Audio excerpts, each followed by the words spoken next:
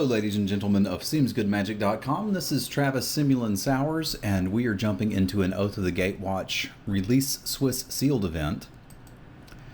You're going to be able to see a video from me here on SeemsGoodMagic every Monday, and I'm thinking I might actually focus on Sealed. It's one of my favorite formats. It kind of brings back that feeling of when you just started playing Magic, and you only had like 10 packs of cards or whatever, and you'd build your deck and play against your buddies. It recreates that experience. It's also a very competitive format because this is the PTQ format if you want to play limited, as well as any GPs you go to that are limited. You don't get a draft unless you can play Sealed, and there's some surprising differences between draft and Sealed. A card that can be mediocre in draft can be fantastic in Sealed, and the same works in reverse. A card that's very good in draft can just be almost unplayable in Sealed. So it's still a very new format here. This is probably my third Sealed event, and I've done one draft. I guess it's my fourth, though, if you count the pre-release. So I've played a little bit, but I wouldn't call myself an expert on this format by any stretch. But please let me know in the comments, both on the YouTube page and on the SeemsGoodMagic page, if you would enjoy seeing more Sealed. I kind of feel like nobody's really focusing on it, so I could see doing 3 Sealed videos and a draft video once a month or something like that. So let me know what you think of that, and we will be back for deck building as soon as this event fires. And here we go. Let's see what we open. So typically with Sealed, I like to first look at the rares, because you want to know what your rares are, and that'll kind of let us know with what we're working. So we've got a Sifter of Skulls, which is a great card in black. It's not like I have to play black because I have this, but if we're playing black, we're certainly playing this. Got Overwhelming Denial, which is kind of a mediocre 4-mana counterspell. We've got Mina and Denon, which is cool if we do end up going red-green. It can certainly enable some landfall shenanigans. Got an Obligator. Been relatively impressed with this. It's a 5-mana active treason that comes with a 3/1 haste, or just a 3/1 haste if you want it. Got a Dust Stalker. This was decent in BFZ. I think it's gotten better now because I think black-red is better than it was. Call of the Gatewatch, which is kind of a whiff, as it doesn't do anything. So we can put this in our deck if we want to just be down a card every time. And Bring to Light, which I was never able to get to work in BFZ. So my guess is that our pool will not be dictated by our rares, but will instead be dictated by our commons and uncommons. So we'll get started here. I also like to briefly kind of just junk all of the gold colored cards together to save space, and then take a quick look at mana fixing / colorless cards that we have. So colorless cards, we've got 2 Hedron Crawlers, which I like, Warden of Geometries, which is at least playable. Titan's Presence is playable if we have enough colorless stuff. We don't have just enough straight colorless stuff, but we may have some Devoid guys that go with this. And then for mana fixing, we've got Dutch is playing with one of his boxes, if you're wondering what that noise is. We've got a blue-black duel, and we've got a white-blue duel, as well as a Crumbling Visage and a Wastes. So I could easily see some sort of Esper thing going with the mana base, or perhaps splashing a white card in blue-black or something like that. But the next step for building Sealed is to go through and pull down all of the playables, and then I like to put the cards that draw me into that color on top. So we'll start over here with white. Got Isolation Zone, Smite, Great Horn is okay in Sealed, not great. Griffin. Wall of Resurgence is probably playable if your deck wants the 0/6. It can kind of mess up your mana otherwise. Alpha Protector's okay. And I do like one Felidar Cub mainly because there's Isolation Zones as well as other white enchantments. So like, our white cards are okay. The real only draw here for me is Smite and Isolation Zone. That's all we've got going on there. Unfortunately, Isolation Zone isn't really splashable, but Smite is, so we might do something there. Blue has double Rolling Waters, or Roiling Waters, which is interesting. Double Jawar Isle Avenger, which I like. I have Unity of Porpoise, which is, I think, playable. Comparative Analysis is fine. Double Crabs might be a thing we want. Cultivator Drone is typically pretty good. Containment Membranes will work, and Horribly Awry is playable. So our draws here are at least one of the Rolling Waters, probably these Avengers, as they look like they can get through damage. A lot of board stalls. And I think I'm probably excited about the first Containment Membrane. So like blue has 4 cards that are sort of pulling us that way. Starting to hope that some of our other colors look better though, because I'm not crazy excited about either of these yet. Black, we've got Translator, Cutthroat, Sifter.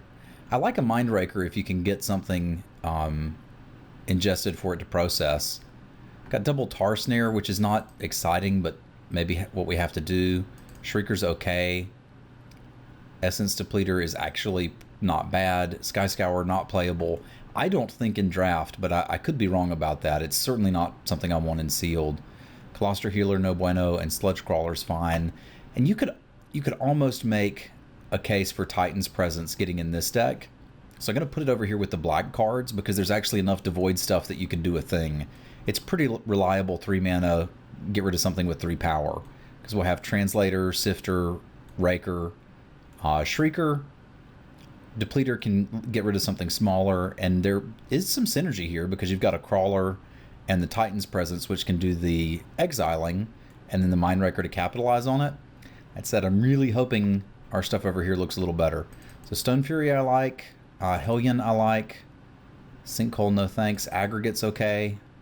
It's good in draft, it's okay in sealed. Obligator's fine, Aggressor's playable, Sure Strike is probably okay. Hemorrhage is fine. Slide Runner I don't care much for in sealed. And Expedite is just kind of a bit dirtily. So it doesn't really look like we got much going on here. Not saying this pool is garbage, but it ain't looking good yet. So we've got Plated Crusher, fine finisher. Baloth is good. Baloth is very good in sealed. Because Big Dumb Dudes is just kind of what you want to do. We've got Anissa's Judgment. I like that a lot.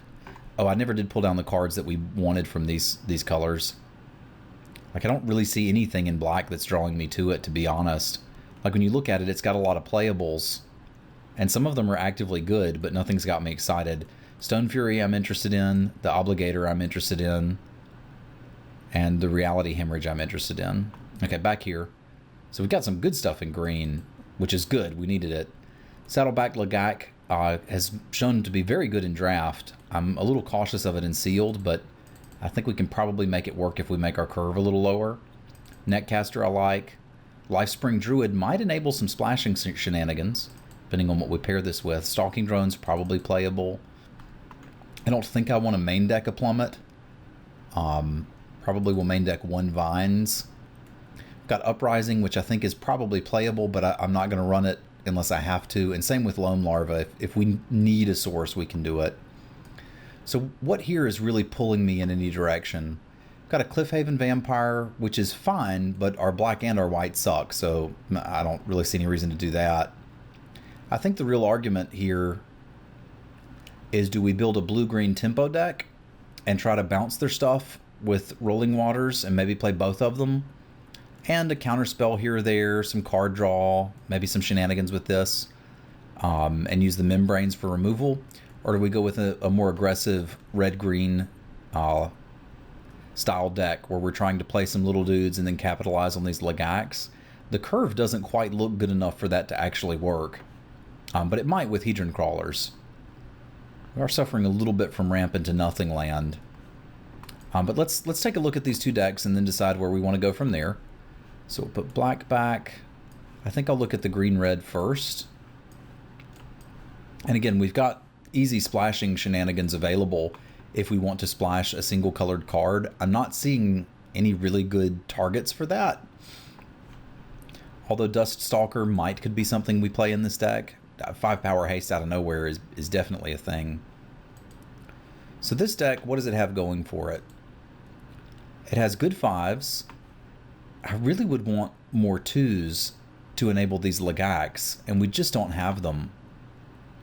Because that's a pretty aggressive curve that could do a thing if you're getting the support 2 off of this. But if we're just supporting, like, you don't even really want to cast the Obligator early, it's more of a 5-drop. I really like the Embodiment, the Baloth, and the Nissa's Judgment. I may not be able to get off of playing green. And Stone Fury does just deal with a lot of things. So if we're going to shore up this deck, what would we want in it? Hedron Crawler does at least allow you to get a little value. And that it gives haste to these guys. It lets us give Death Touch here. It pumps our Val Aggregate. It enables the Obligator. So I'd probably play those in this deck. And I'm pretty happy with two of them just being our colorless sources, although I could easily see getting a Crumbling Vestige in here. We don't have enough in this deck for me to happily play Titan's Presence. Like I said, a splash is kind of free, but I don't see anything I'm just dying to get in here. I could sort of see playing the Dust Stalker with the idea that I can splash it off of the Vestige, the Lifespring Druid, and a Swamp. Although it's going to constrain our mana a little bit because we do want to hit the triple green for this. Yeah, I want to look at the blue one too. We've still got 10 minutes, so we've got plenty of build time here. So let's put you back here, you back here. And that's not to say that we wouldn't play Mina and Din in the blue deck. Like, we could do it, but... Alright, let's see. Double Rolling Waters, the Avengers look good, the Membranes look good, Unity of Porpoise and Containment Membrane, Comparative Analysis we like. Cultivator Drone isn't really doing a lot here, nor is Adverse Conditions. So what have we got going here? We've got some big bounce at the top end. We've got some dudes to pseudo help ramp us into it. I still don't feel like we're maximizing these Legacs. This deck wants enough mana that I might just put the Loam Larva in to have something that you can play early and block and run extra lands. It doesn't really have much of a desire to play wastes. Like, we could use one colorless mana for the Stalking Drone and we've kind of got it, which makes a splash really easy. But I'm not even sure what we'd splash for. Like, maybe a Smite? We could conceivably splash for a Smite and a Grove Tender Druids. That doesn't seem great, but it does have the ability to, like, put some dudes on the table. How many allies do we have? None. Okay. This is a tough build. So splashing for Grove Tender Druid is kind of stupid. It doesn't really do anything. Yeah. So we could maybe play Warden of Geometries and call it a deck. I feel like we've got great mana fixing and just nothing worth splashing for. Last thing we should probably look at is a red-black deck, and then we can finalize our build. I don't love this build, but it has ways to win games, which are resolve a big thing or resolve some flyers. And I don't feel like the Legacs are going to be at their best here, although they do interact well with Unity of Porpoise and Nisa's Judgment, which are kind of our power cards. And the blue does allow us the advantage of being able to stop some things. But I'm not convinced this is great. Let's look at red-black briefly, and then probably build that blue-green deck, if I'm honest. But I feel like when you've got, 10 minutes left in your build, you should probably use all of it. Let's see if there's anything good going on here. There also don't appear to be many allies to enable this, but how are we doing here? We'd obviously also play the Dust Stalker. Probably could fit in a Shatterskull Recruit here. And I guess in the red-green one, I could play this Slide Runner. What does this deck do? It kind of badly kills things, has some shenanigans with Titan's Presence. Like, you probably still run these dudes. This isn't actually that bad.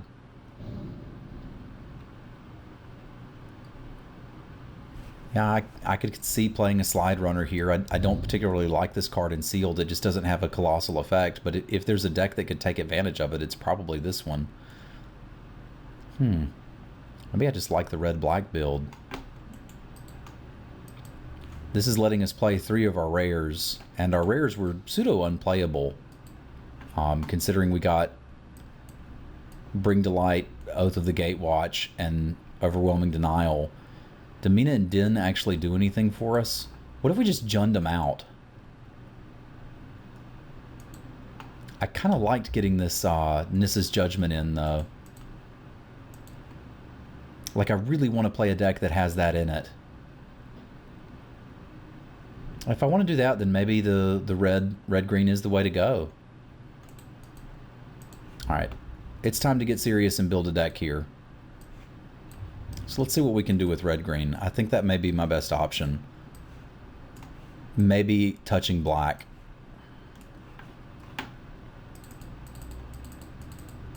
This is one of the things I like about Sealed, is this is a really tough build. Okay, so we'd obviously play Mina and Dinan. I don't think we want a Bone Saw. We probably would play the Vestige in this deck, and that it enables this little guy and this little guy. We probably still play the crawlers, right? I think so. We're looking to ramp out stuff, so that gives us plenty of colorless sources. I'd like one more good removal spell. There's just kind of not one. We're playing all dudes. I also don't hate main decking a Plummet. Like, that's fairly reasonable given what we're doing here. We could also consider splashing for... God, there's just not anything worth splashing for. I feel like this is a medium mid-range ground pounder deck, which is not really what I want to be doing, but it may be all we've got. I don't want Loam Larva. I do want a Vines of the Recluse. We could use that as a pseudo removal spell. And then we could potentially splash a Smite. Like, our mana's already great with the Lifespring Druid. But we're looking with this deck to try to hit one of these cards on turn 4 and then kill them with it. And perhaps have some fun with this and the Slide Runner and or the Embodiment of Insight.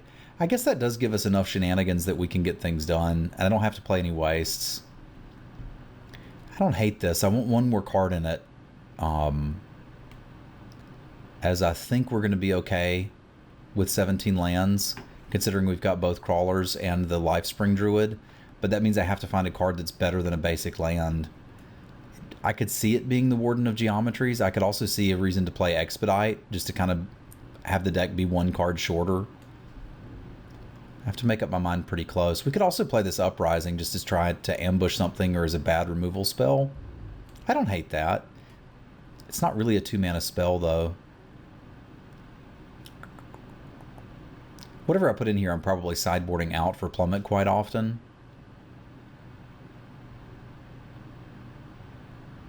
We've got 3 minutes left, so we need to make up our mind quickly.